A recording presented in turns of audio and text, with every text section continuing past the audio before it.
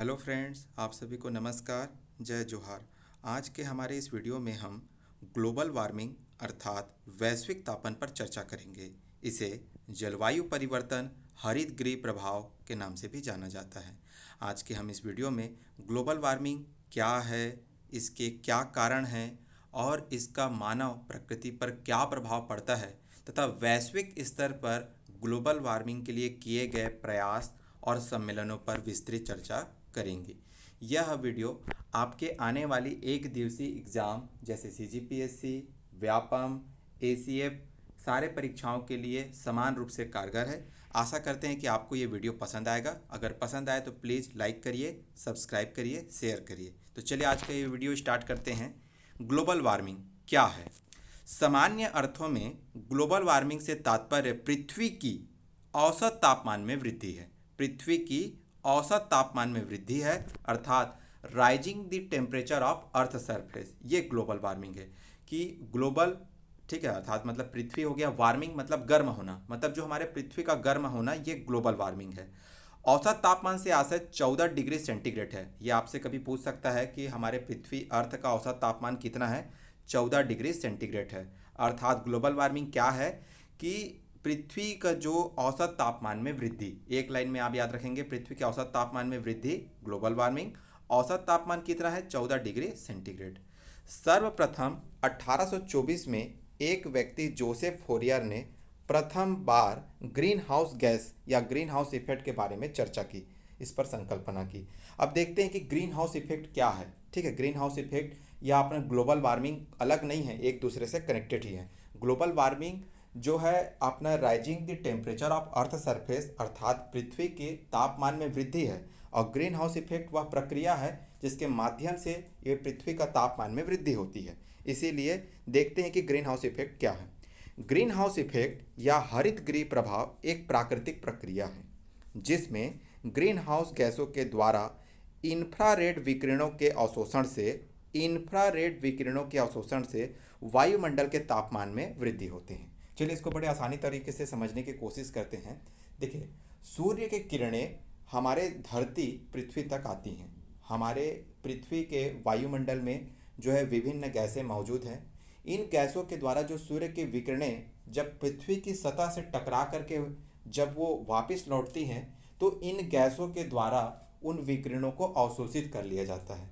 चूँकि ये इंफ्रारेड विकिरणें ऊर्जा से परिपूर्ण होती है, इनमें ऊर्जा होता है, ये अपने गर्म होती हैं, तो ये गैसों को भी गर्म कर देती हैं। इस प्रकार हमारे पृथ्वी के वायुमंडल गर्म हो जाता है और हमारे पृथ्वी के औसत तापमान में वृद्धि होने लगती है। ठीक है, तो ग्रीन हाउस इफेक्ट यही है। आगे देखते हैं कि जो ग्लोबल वार्मिंग, ये ग्रीन हाउस इफेक्ट या ग्लोबल वार्मिंग का कारण क्या है। ग्रीन हाउस इफेक्ट के लिए जिम्मेदार है ग्रीन हाउस गैसों में वृद्धि। ये ग्रीन हाउस गैसों में सबसे प्रमुख है कार्बन डाइऑक्साइड, जल वाष्प water vapour, methane, CFC, O3 अर्थात ओजोन। मतलब ग्रीन हाउस जो है ग्लोबल वार्मिंग के लिए प्रमुख रूप से उत्तरदायी कौन है? ये ग्रीन हाउस गैसें हैं। ठीक है, इसके साथ ही अपना पर्यावरण के मतलब जो प्रदूषण है, इसके साथ ही प्रदूषण, वनों की कटाई और उद्योग एवं परिवहन से निकलने वाले धुएं भी अपना ग्लोबल वार्मिंग ग्रीन हाउस को बढ़ावा देते हैं। ठीक है, हमने क्या जाना कि ग्रीन हाउस इफेक्ट के लिए न केवल गैस ही जिम्मेदार हैं, ग्रीन हाउस गैसें, साथ ही प्रदूषण, वनों की कटाई, उद्योग एवं परिवहन से निकलने वाले धुएं भी। अर्थात ग्रीन हाउस इफेक्ट या ग्लोबल वार्मिंग के कारणों को दो भागों में विभाजित किया जा सकता है, जिसमें पहला प्राकृतिक कारण है जिसके अंतर्गत ग्रीन हाउस गैसें ज्वालामुखी, भूस्खलन आते हैं। ठीक है, ज्वालामुखी से निकलने वाली जो गैसेस हैं। और दूसरा कारण मानवीय कारण है जिसके अंतर्गत हम इस गैसों को बढ़ावा देते हैं। ठीक है, हमारे द्वारा प्रदूषण जो किया जाएगा उनसे इन गैसों को बढ़ावा ग्रीन हाउस गैसों के द्वारा, ये मानवीय कारणों में आएंगे। पेड़ों की कटाई, क्योंकि बहुत सारे पेड़ जो हैं इन गैसों को, कार्बन डाइऑक्साइड जैसे इन गैसों को अवशोषित कर लेते हैं, लेकिन हमारे द्वारा, मानवों के द्वारा पेड़ों की कटाई के कारण इन गैसों के अवशोषण में कमी आती है, जिससे ये गैस वायुमंडल में बढ़ने लगते हैं और ग्लोबल वार्मिंग को बढ़ावा देते हैं। ठीक है, प्रदूषण को बढ़ावा, उद्योग और वाहनों से निकलने वाले धुएं। तो ठीक है, दो भागों में विभाजित किया। आगे देखते हैं पूरे वैश्विक स्तर पर प्रमुख उत्सर्जित करने वाले देश। ठीक है, ग्रीन हाउस गैसेस को उत्सर्जित करने वाले देश। तो सबसे पहले कौन है? चाइना। चाइना लगभग 30% जो है ग्रीन हाउस गैस उत्सर्जित करता है। दूसरे नंबर पर अपना यूएसए है 15%।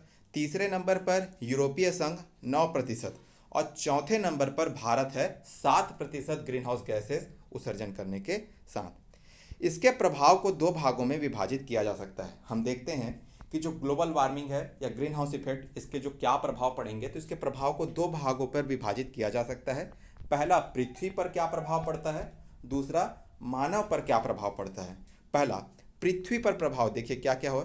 औसत तापमान में वृद्धि, मतलब हमारे जो पृथ्वी का औसत तापमान में जो है वो वृद्धि होते जा रहा है। दूसरा, जलवायु में परिवर्तन, जलवायु परिवर्तन, ठीक है, जलवायु परिवर्तन।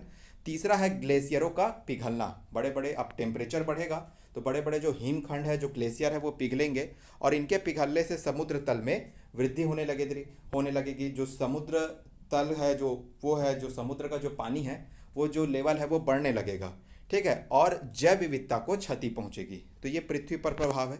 उसी तरह मानव पर प्रभाव हम देखें, ठीक है, जैसे जैसे तापमान बढ़ता है तो विभिन्न प्रकार के रोग जन्म लेते हैं और पुराने रोग बहुत देर में ठीक होते हैं, ठीक है, रोग। उसके बाद में अगर जलवायु परिवर्तन होगा तो सही से अपना जो है कृषि में प्रभाव पड़ेगा, और कृषि में प्रभाव पड़ेगा तो भूखमरी और भूखमरी, गरीबी, बेरोजगारी, इस टाइप की समस्याएं भी जन्म लेगी। ये सब आपको मेंस परीक्षा में लिखने के लिए काम आएगा। तो मानव पर क्या प्रभाव पड़ेगा? रोग, भूखमरी, आवास की समस्या होगी। क्यों? क्योंकि विभिन्न जो है ग्लेशियर हैं, जो बड़े बड़े ग्लेशियर हैं, वो पिघलेंगे और समुद्र का जो जल स्तर है उसके बढ़ने से जो आसपास के क्षेत्र हैं वो डूब जाएंगे, तो उनके लिए हैबिटेट, आवास की समस्या होगी। जहाँ तक मुझे याद आ रहा है कि हाल ही में कुछ सालों पहले ग्लोबल वार्मिंग पर ध्यान आकर्षित करने के लिए मालदीव जो देश है, मालदीव देश ने अपना जो सम्मेलन है वो अंडर वाटर, समुद्र के अंदर, पानी के अंदर अपना सम्मेलन किया था, याद रखेंगे। तो ये है सूखा जैसे समस्या। आगे देखते हैं उपाय पर। ग्लोबल वार्मिंग या ग्रीन हाउस इफेक्ट के लिए जो जलवायु परिवर्तन है, जलवायु परिवर्तन के लिए किए गए वैश्विक प्रयासों में सबसे पहले आपको 1992 में रियो सम्मेलन, इसको पृथ्वी सम्मेलन के नाम से भी जाना जाता है, 1992 रियो सम्मेलन पृथ्वी सम्मेलन में देखने को मिलता है। इसका उद्देश्य ग्रीन हाउस उत्सर्जन में कमी लाने हेतु प्रयास करना, ठीक है, ग्रीन हाउस उत्सर्जन में कमी लाने हेतु प्रयास करना, इसके लिए इसका एजेंडा था, उद्देश्य था। फिर एजेंडा 21 आया इस सम्मेलन में, एजेंडा 21 आया, यूएनएफसीसीसी का गठन हुआ। यूएनएफसीसी का फुल फॉर्म देखिए, United nation framework convection on climate change. यही है जो भी कॉप सम्मेलन, कॉप 1, कॉप 2, कॉप 24 आप जो पढ़ते हैं, कॉन्फ्रेंस ऑफ पार्टीज, कॉप का फुल फॉर्म होता है, वो जो सम्मेलन होगा इसी के अंतर्गत होता है। एजेंडा 21 में जलवायु परिवर्तन हेतु प्रदूषण को कम करना निर्धारित किया गया था। मतलब एजेंडा 21 बहुत सारे चीज़ों के लिए था। इसी के तहत जैव विविधता के लिए बायोस्फीयर, अपना नेशनल पार्क की स्थापना हुई, मरुस्थलीकरण पर भी चर्चा की गई, उसके लिए भी प्रावधान किए गए। उसी तरह जलवायु परिवर्तन के लिए एजेंडा 21 में जो प्रदूषण को कम करना था। उसके बाद में अगला बड़ा प्रयास 1997 में क्योटो प्रोटोकॉल, जापान के क्योटो शहर में क्योटो प्रोटोकॉल सम्मेलन हुआ। इस सम्मेलन में 6 green house gas, carbon dioxide, methane, nitrous oxide, HFC3, SF6, PF6 के उत्सर्जन को 1990 के जो स्तर से कम लाना, ठीक है, 1990 के स्तर से कम लाना, ठीक है, याद रखिएगा। जो 1990 में ये जो 6 ग्रीन हाउस गैसेस हैं, इन गैसों का जो उत्सर्जन था, उस उत्सर्जन से इनका स्तर को कम लाना। और मोस्ट इम्पॉर्टेंट जो आपके एग्जाम में आने वाला जो सवाल है वो ये बनता है कि 1997 के क्योटो प्रोटोकॉल से ही कार्बन ट्रेडिंग की अवधारणा सामने आई। कार्बन ट्रेडिंग की अवधारणा क्या है कि विभिन्न देश अपना अपना जो है कार्बन उत्सर्जन करते हैं। जैसे कि हमने देखा कि अभी कार्बन उत्सर्जन के मामले में चाइना सबसे पहला है, ठीक है, दूसरे नंबर पर यूएसए है।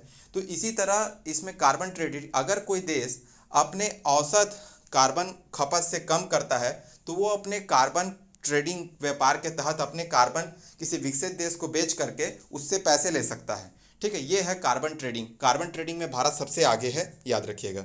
उसके बाद में अगला 2015 में पेरिस सम्मेलन, जिसे कॉप 21 के नाम से भी जाना जाता है। अगला बड़ा प्रयास 2015 में पेरिस सम्मेलन कॉप 21 के नाम से जाना जाता है। इसमें ग्लोबल वार्मिंग को औद्योगिक क्रांति के पहले के स्तर से 2 डिग्री सेंटीग्रेड तापमान से ज़्यादा नहीं बढ़ने देना। मतलब जो औद्योगिक क्रांति हुई, औद्योगिक क्रांति के समय के जो तापमान है उस तापमान से सिर्फ 2 डिग्री तक आगे बढ़ना, उससे वैश्विक तापमान उससे ज़्यादा नहीं।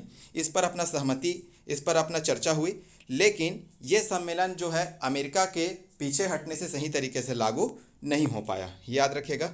उसके बाद में देखते हैं 2018 में COP24 पोलैंड के काटोवाइस में, ठीक है, 2018 में COP24 पोलैंड के काटोवाइस शहर में आयोजित हुआ। उसी तरह 2019 में COP25, ये आपका करंट हो गया, ये वनडे एग्जाम में आएंगे इसलिए आपको याद रखना है। कॉप सम्मेलन 2019 में COP25 स्पेन के मैड्रिड शहर में आयोजित हुआ। इसका उद्देश्य अंतर्राष्ट्रीय समुदाय का ध्यान जलवायु आपदा की ओर आकृष्ट करना, पूरे जो अंतर्राष्ट्रीय जो समुदाय है, और जलवायु परिवर्तन को रोकने के लिए तेज प्रयासों को बढ़ावा देना। क्योंकि हमने देखा 2015 में हमने जलवायु सम्मेलन किया, पेरिस सम्मेलन, लेकिन अमेरिका भी पीछे हट गया तो इसीलिए वैश्विक स्तर पर जो सारे समुदायों को ध्यान आकर्षित करना और जो प्रयास है उसमें तेजी लाना। उसके बाद में इसमें लेटेस्ट करंट ये है कि 2021 में COP26 26वां संयुक्त राष्ट्र जलवायु परिवर्तन सम्मेलन का आयोजन 1 नवंबर से 12 नवंबर 2021 तक ग्लासगो यूनाइटेड किंगडम में किया जाएगा। मतलब ये प्रस्तावित है 2021 में होगा COP26। कहाँ होगा? तो यूनाइटेड किंगडम अर्थात ब्रिटेन के ग्लासगो शहर में, याद रखना है, ब्रिटेन के ग्लासगो शहर में। तो आशा करते हैं कि आपको आज का ये वीडियो पसंद आया होगा। अगर पसंद आया तो प्लीज़ लाइक करिए, सब्सक्राइब करिए, शेयर करिए। धन्यवाद। जय हिंद, जय भारत, जय छत्तीसगढ़।